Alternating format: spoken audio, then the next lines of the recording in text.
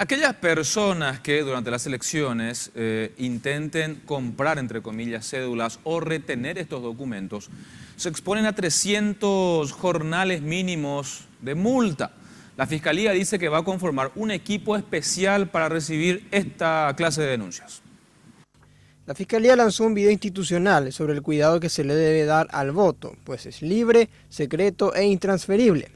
La venta de las cédulas es un delito electoral que se da principalmente antes y durante las votaciones, a fin de que el elector no participe, beneficiándose al bando contrario del que el elector es simpatizante.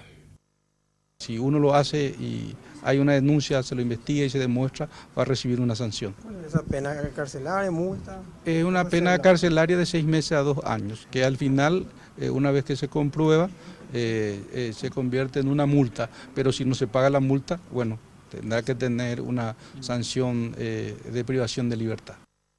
Si usted observa algún hecho irregular dentro o en las adyacencias del local de votación, puede acercarse a la Fiscalía o llamar al 0800-114-700, al 021-450-636 o al 0986-630-203.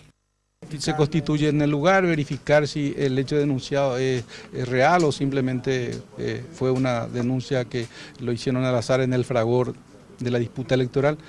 Pero todo esto significa una contribución importante, nosotros creemos, de la institución, y no solamente estamos en el hecho de perseguir el hecho punible, sino el delito, sino también creemos que debemos aportar algo más. El centro de denuncias estará habilitado en la sede central sobre Chile y Jujuy de 7 a 18 horas el 17 de diciembre.